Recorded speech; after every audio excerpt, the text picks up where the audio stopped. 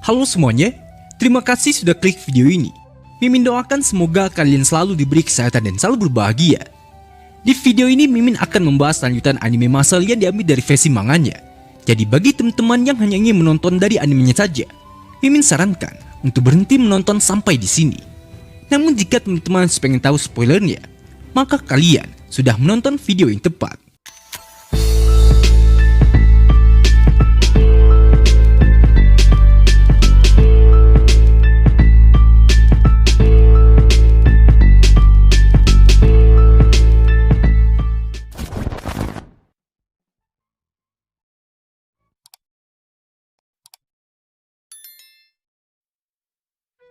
Di episode sebelumnya telah berakhir dengan Mas yang tidak sengaja kesasar ke asrama Malang, yang ternyata itu adalah tempat di mana organisasi Magia Lupus berkumpul.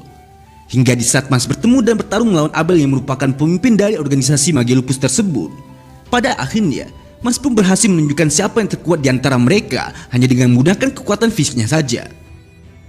Nah, kira-kira akan seperti apa kelanjutannya? Tonton terus video ini sampai selesai. Kakatte koi, Komi-yaro. Cerita berlanjut dengan Mas dan kawan-kawannya yang sudah bersiap untuk menghadapi perang besar dalam perebutan gelar Visioner Suci. Namun karena sebelumnya Mas ini sudah membuat masalah yang menyebabkan dirinya hampir dikeluarkan dari akademi. Di sini kita pun dapat melihat Mas yang harus menyelesaikan hukuman dari kepala sekolahnya terlebih dahulu, yaitu Mas harus membersihkan kandang burung hantu selama 1 minggu. Sementara ketika mengetahui kalau Mas saat ini sedang membersihkan kandang burung hantu itu sendirian, tidak berselang lama, Lens pun juga datang di sana untuk membantu Mas. Terlebih lagi mengingat saat ini asrama Malang sedang berburu koin yang membuat Mas bisa menjadi target mereka kapanpun dan dimanapun. Di sini Lens pun berencana untuk terus berada di dekat Mas agar Mas tidak sendirian saat mereka akan datang menyerang Mas. Mendengar hal itu Mas pun kemudian bertanya kepada Lens apakah Lens gitu pedulinya dengan dirinya. Tapi berhubung Lens ini merasa jijik dengan pertanyaan Mas barusan, di sini Lens pun malah menjawab, "Jangan buatku jadi ingin membunuhmu." Sementara di saat yang sama di hutan yang tidak jauh dari kandang burung hantu tempat Mas dan Lens berada saat ini, kita pun dapat melihat ada 2 anggota Magia Lupus yang ternyata memang sudah melakukan pergerakan untuk mengincar Mas. Pria botak berbadan kekar ini bernama Olore, sedangkan pria berambut seperti Charlie ST12 yang membawa shuriken ini adalah Shinra Answer atau biasa dipanggil dengan Shin. Yang mana jika kita perhatikan keduanya yang sama-sama memiliki 2 tanda sihir di wajah mereka, tentunya kedua murid ini pasti juga memiliki kekuatan sihir yang tidak bisa diremehkan. Hingga tidak berselang lama ketika Mas dan Lens masih terlihat sedang membersihkan kandang burung hantu. Di sini kita pun dapat melihat mereka yang tiba-tiba saja dikejutkan oleh suara seseorang yang melafalkan sebuah mantra sihir. Namun sebelum mereka sempat mencari tahu di mana suara itu berasal, secara mengejutkan, tiba-tiba saja Mas pun sudah dikelilingi oleh pusaran air yang seketika membuatnya juga tenggelam ke dalam pusaran air tersebut. Bahkan ketika Lens mencoba untuk menyelamatkan Mas di sana, sialnya saat itu, ternyata Lens pun juga diserang oleh sebuah shuriken yang dilemparkan ke arahnya. Namun karena Lens ini masih sempat menghindari shuriken tersebut, untungnya di sini Lens pun masih bisa selamat dan hanya terluka di bagian wajahnya saja. Lalu di saat Lens menoleh ke arah dari mana lawan mereka menyerang, pada akhirnya dia pun jadi tahu kalau musuh yang menyerang mereka ternyata adalah 2 orang anggota Magia Lupus yang dikirim oleh asrama Malang untuk merebut koin dari asrama lain.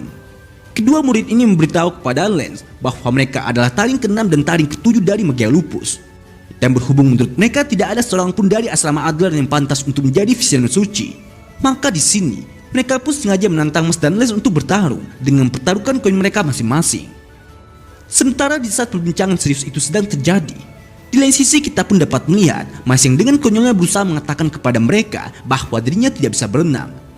Namun karena tidak ada seorang pun yang peduli dengan ucapan Mas tersebut, pada akhirnya di sini Mas pun benar-benar sudah tenggelam ke dalam sihir air milik Olore. Melihat kejadian itu, Olore pun langsung merubah tubuhnya menjadi ikan hiu agar dirinya dapat memburu Mas yang saat itu sudah berada dalam kawasan bertarungnya. Namun sebelum kita diperlihatkan seperti apa serunya pertarungan antara Mas melawan Olore tersebut, di lain sisi kita pun juga dapat melihat Lens dan Shin si taring ke-7 yang juga sudah bersiap untuk saling bertarung. Shin mengatakan dia ingin memberitahu sesuatu lebih dulu kepada Lens sebelum mereka memulai pertarungannya. Yang mana di dalam pertarungan pasti akan selalu ada yang menang dan juga ada yang kalah. Namun karena menurut Lens apa yang dikatakan oleh Shin itu benar-benar tidak penting, secara tidak langsung, sontak hal itu pun malah membuat Lens hanya jadi kehilangan konsentrasinya saja. Hingga di saat Lens sedang lengah, di saat itu juga, Shin pun langsung menggunakan kesempatan itu untuk menyerang Lens dengan melemparkan shurikennya. Tapi di saat Lens baru saja akan melancarkan serangan balasannya kepada Shin, sialnya di sini, Lagi-lagi Lance pun kembali terganggu oleh tingkah curang Shin yang saat itu sengaja berdiri di dekat burung hantu. Lance yang awalnya merasa ragu untuk menyerang Shin karena takut Shin-nya juga akan melukai burung hantu itu. Dia pun kemudian mencoba untuk menghilangkan keraguannya dengan tetap menggunakan sihir gravitasinya untuk menyerang Shin. Namun karena saat itu bayangan adiknya juga muncul di pikiran Lance untuk memberitahu agar Lance jangan menyakiti burung hantu malang itu. Pada akhirnya, Lance pun sekali lagi terpaksa harus membatalkan serangannya kepada Shin. Hingga di saat Shin melihat Lance yang tampak ragu-ragu untuk menyerangnya. Di saat itu juga, Shin pun kembali menggunakan kesempatan emas itu untuk melancarkan serangan double shurikennya kepada Lance. Bahkan meskipun seharusnya Lance ini masih bisa menghindari serangan dari Shin tersebut, tapi karena Lance melihat di belakangnya masih ada burung hantu juga. Pada akhirnya, di sini Lance pun memutuskan untuk menahan serangan Shin itu dengan tubuhnya sendiri agar lemparan shurikennya tidak mengenai burung hantu tersebut. Shin yang melihat tongkat Lance terbuat dari kayu magnolia, sontak dia pun langsung bisa menebak kalau Lance itu pasti adalah anak dari keluarga kron yang bergengsi dan terkenal dengan sihir gravitasinya. Tapi setelah ia bertemu langsung dan berhadapan dengan Lance saat ini, di sini Shin pun tidak menyangka kalau anak tertua dari keluarga kron tersebut ternyata sangat lemah. Shin merasa kasihan kepada Lance karena dia itu hanyalah anak yang lemah. Namun justru karena dia itu lemah, menurut Shin jika dia bisa menghancurkan orang yang lebih lemah darinya, maka itu adalah perasaan terbaik di dunia.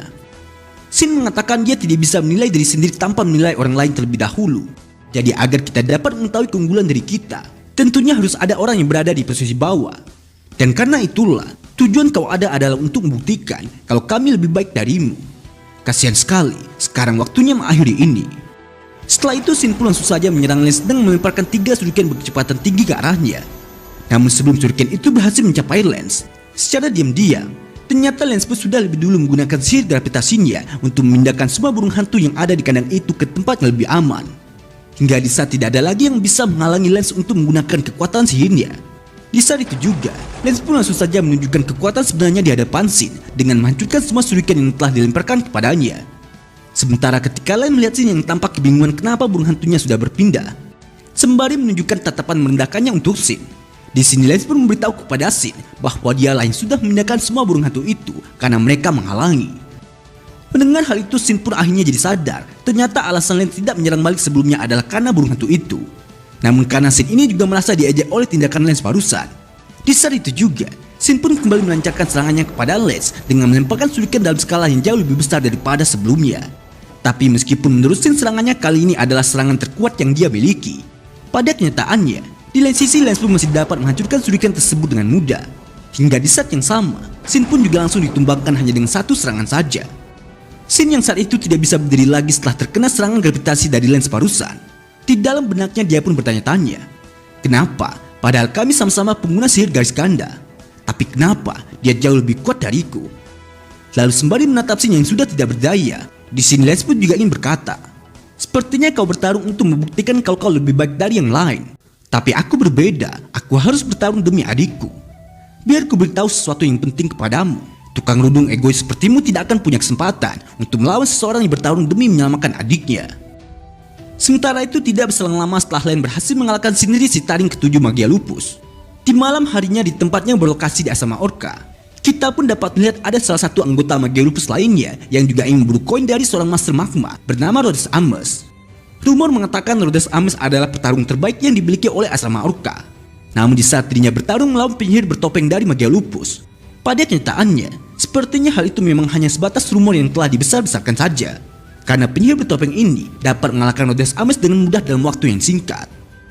Selanjutnya setelah penyihir bertopeng itu berhasil mengalahkan dan merebut koin emas yang dimiliki oleh salah satu petarung Asrama Orca, saat itu dia pun kembali bergerak untuk melanjutkan pemburuan koin ke tempat selanjutnya.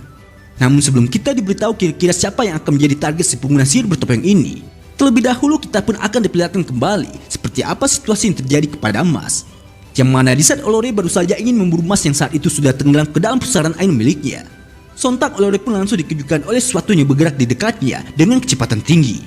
Tapi karena dia yakin tidak ada manusia yang bisa berenang dengan kecepatan 10 km per jam seperti itu, sampai di sini Olore pun masih tidak bisa menduga sebenarnya apa yang sedang bergerak di dekatnya itu. Hingga di saat Olore tidak bisa menemukan Mas walaupun dia sudah mencarinya kemana-mana. Di saat itu juga, akhirnya Olore pun jadi sadar kalau sesuatu yang terus bergerak di dekatnya itu ternyata adalah Mas. Lalu di dalam benaknya, Olore pun berkata, mustahil, waktu membaca mantra aku sangat ingat. Dia bilang dia tidak bisa berenang. Tapi kenapa dia sekarang bisa berenang dan bahkan sangat cepat hingga membuatku tidak bisa melihatnya? Di lain sisi karena Mas menganggap Olori ini sudah membantunya dalam mengatasi rasa takut akan tenggelam sampai membuatnya bisa berenang. Di sini Mas pun tidak lupa untuk mengucapkan terima kasih kepada Olori, meskipun Olori sendiri tidak tahu kenapa Mas berterima kasih kepadanya. Namun setelah Olori melihat Mas yang kembali bergerak dengan kecepatan tinggi mengelilingi dirinya, pada akhirnya Olori pun jadi sadar bahwa dirinya lah yang ternyata sedang diburu oleh Mas. Bahkan meskipun Olori sudah mulai serius dan kembali melakukan perubahan wujud hiu yang jauh lebih besar, di sini kita pun dapat melihat Mas yang langsung menghantam tubuh Olori dengan sangat kuat hingga membuatnya seketika tumbang hanya dengan sekali pukulan saja. Sementara ketika Mas sudah kembali ke permukaan dan bertemu dengan Les lagi, sembari memegang koin perak yang berhasil mereka dapatkan dari Olori dan Shinri, Les pun kemudian berkata, "Jadi inikah kekuatan dari taring ke-6 dan ke-7 mereka?" Lalu Mas pun menjawab, "Ya, kita bisa mengatasinya." Namun konyolnya karena saat itu Mas menjawab pertanyaan Les dengan wajah yang datar. Di sini Les pun malah kembali berkata, "Sial, tensi dramatisnya malah jadi hilang." Sesaat kemudian setelah Len dan Mas menyinggung betapa lemahnya kekuatan dari taring ke-6 dan ke-7 Magia Lupus, sontak mereka pun kembali dikejutkan dengan kemunculan seseorang yang tidak lain dia adalah pengguna sihir bertopeng yang saat itu juga datang ke sana. Lalu ketika mereka mendengar penyihir bertopeng itu mengatakan, "Apa kami diejek? Aku jadi terluka." Di saat itu juga, Master Lens pun kemudian langsung saja berbalik badan untuk melihat siapa sebenarnya yang sedang bicara itu. Namun betapa terkejutnya mereka, di saat yang sama ternyata penyihir bertopeng itu juga sudah berpindah tempat di dekat teman-temannya yang saat itu sedang tergeletak di tanah. Bahkan sebelum Mas dan Len bisa bereaksi terhadap kecepatan penyihir bertopeng itu, sembari memegangi topeng dan menunjukkan tatapan marahnya, penyihir bertopeng itu pun kembali berkata, "Pikirkan ulang lagi kata-kata kalian." Sementara karena di lain sisi Mas dan Len seketika dibuat sangat terkejut saat melihat jarak mereka yang begitu dekat dengan penyihir bertopeng itu. Dengan cepat Len pun langsung saja menggunakan sihir gravitasinya untuk menyerang musuh yang ada di hadapannya. Namun siapa sangka, tiba-tiba saja kekuatan sihir Len tidak bisa digunakan terhadap penyihir bertopeng itu. Hingga di saat itu juga, Mas pun juga ikut turun tangan untuk menghadapinya. Bahkan meskipun penyihir bertopeng ini sudah mencoba memberitahu Mas kalau kedatangannya ke sini cuma untuk teman-temannya, di sini Mas pun tetap saja tidak mau mendengarkan ucapan dari penyihir bertopeng itu. Jadi ketika Mas sudah melesat ke depan dan langsung bersiap untuk memberikan pukulan seriusnya, Mas pun kemudian berkata, "Posturmu menunjukkan kalau kau datang untuk mencari darah." Namun saat Mas baru saja ingin melancarkan pukulannya kepada penyihir bertopeng itu, tanpa terduga, tiba-tiba saja dirinya pun sudah tidak ada lagi di depan Mas dan langsung berpindah ke belakangnya. Menyadari hal itu sontak Mas pun langsung dibuat sangat terkejut, karena untuk pertama kalinya Mas bertemu dengan musuh yang bisa menghindari kecepatan pukulannya. Bahkan saking cepatnya pergerakan penyihir bertopeng itu, di dalam benaknya Lens pun juga sampai berkata, "Gerakannya cepat sekali, apa dia berteleportasi? Memangnya itu sihir?" Sementara berhubung penyihir bertopeng ini memang tidak berniat untuk bertarung melawan Mas dan Lens, di sini dia pun langsung minta maaf karena sudah membuat Mas dan Lens merasa terancam. Dia mengatakan sekali lagi kedatangannya ke sini memang cuma untuk teman-temannya saja, tapi dalam waktu dekat mereka pasti akan segera bertemu lagi. Setelah itu dia pun memang langsung pergi dari sana dengan membawa teman-temannya yang sudah dimasukkan ke dalam botol sihir. Namun karena di lain sisi Lens ini masih merasa terkejut dengan kekuatan yang dimiliki oleh penyihir bertopeng itu, dia yang tadinya sudah meremehkan anggota Magia Lupus, pada akhirnya dia pun jadi sadar dan menarik kata-katanya lagi. Karena menurutnya, sepertinya menghancurkan mereka itu memang akan terasa layak. Sementara tidak berselang lama setelah penyihir bertopeng itu sudah meninggalkan kandang burung hantu cukup jauh, di sini kita pun dapat melihat dia yang juga merasa terkejut setelah menyadari topengnya tiba-tiba retak akibat terkena pukulan Mas sebelumnya. Yang mana dengan dirinya mengetahui kalau Mas bisa memiliki kecepatan luar biasa meskipun dia tidak punya sihir. Pada akhirnya, penyihir bertopeng itu pun langsung mengambil kesimpulan berarti Mas itu juga sama seperti dirinya. Singkat cerita, di malam hari itu telah terjadi kejadian aneh di asrama Adler, di mana ada beberapa murid yang tiba-tiba saja berubah menjadi manusia boneka. Yang tidak lain, sepertinya ini adalah perbuatan dari Abel Walker yang juga ikut turun tangan untuk melakukan pemburuan koin.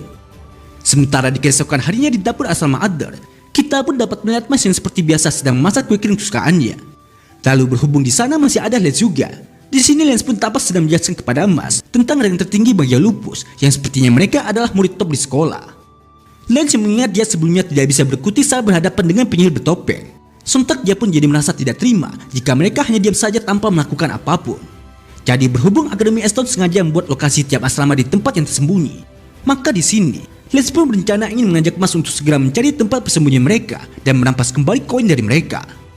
Sampai saat ini Lens masih tidak tahu kalau Mas sebenarnya sudah pernah masuk ke asrama Lang sendirian saat ia kesasar.